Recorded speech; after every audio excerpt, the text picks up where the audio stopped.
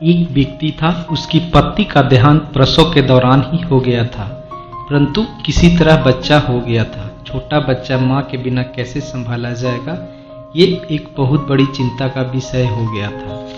कई मित्रों व सगे संबंधियों के कहने पर उसने पुनः विवाह किया।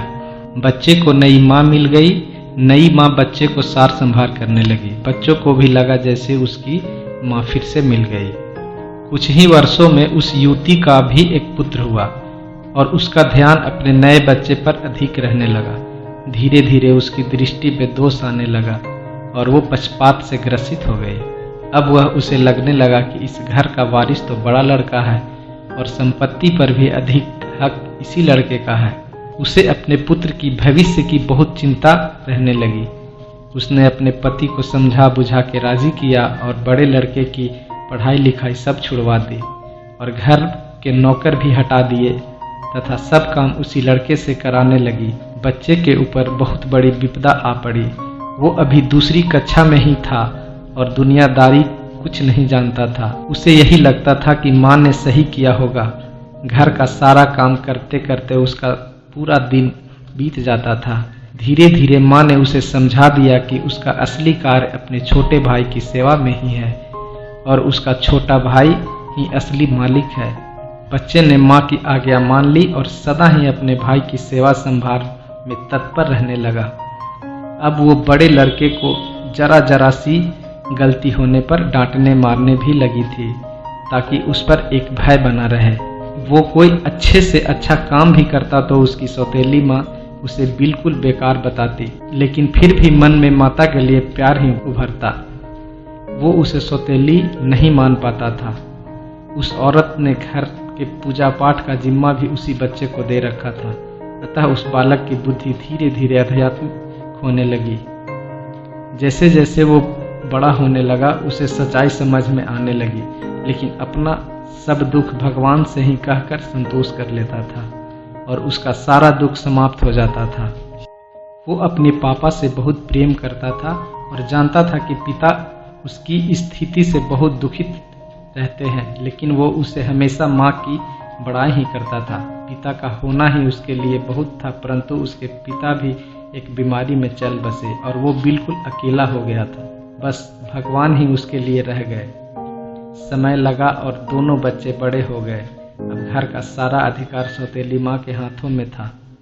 योजना के अनुसार बड़े बच्चे की शादी उस औरत ने बहुत ही गरीब घर व अनपढ़ औरत से करी तथा अपने पुत्र की बहुत बड़े घर में वह पढ़ी लिखी युवती से करी।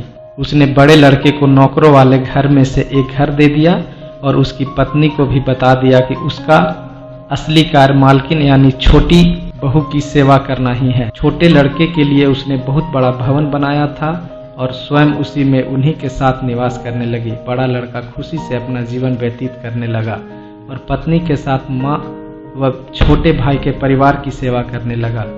छोटे लड़के को उसकी माँ बहुत अखरती थी। उसे लगता था कि मालकिन उसे होना चाहिए।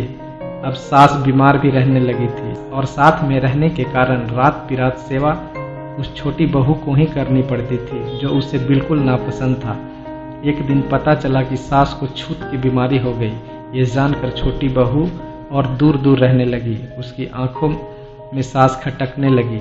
उसने अपने पति से कह दिया कि इस घर में या तो वो रहेगी या उसकी माँ। छोटे लड़के पर अपनी पत्नी का जादू चढ़ा हुआ था। उसने अपनी ही माँ को घर से बाहर निकाल दिया और उसे वही नौकरों के घर में रहने को कह दिया। अब माँ भी वृद्ध हो गई थी और अचानक हुए इस घटनाक्रम से एकदम बदहवास हो गई। उसे अपनी जीवन भर की पूंजी व्यर्थ जाती दिखी। वो तो अपने इस बेटे के ऊपर पूरी तरह निर्भर थी। उसने सपने में भी ऐसा नहीं सोचा था। उसे लगने लगा कि अब उसकी सेवा कौन करेगा। उसने आत्महत्या का निर्णय ले लिया और गंगा जी में डूबने चल दी। बड़ा लड़का कहीं बाहर गया था और उसे कुछ पता नहीं था। वो एक घाट से गुजर रहा था। शोर सुना तो देखा कोई नदी में डूब रहा है।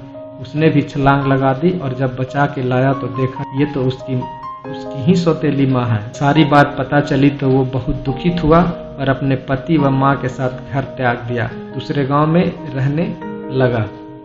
उसने अपने पत्नी के साथ माँ की बहुत सेवा करी और वो ठीक हो गई।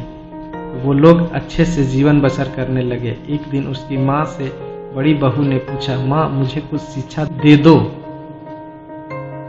सास की आंखों में आंसू भर आए। उसने मात्र इतना ही कहा कि बेटा तुम्हारा पति तो भगवान से के सम्मान है, शिक्षा तुम्हें उसी से लेनी चाहिए। मैं तो इतना ही कहूँगी कि किसी को भी पराया नहीं समझना चाहिए और जीवन में किसी के साथ इतना बुरा मत करना कि जब वो तुम्हारे साथ फिर भलाई करे तो तुम्हारे आत्मा को गवारा ना हो।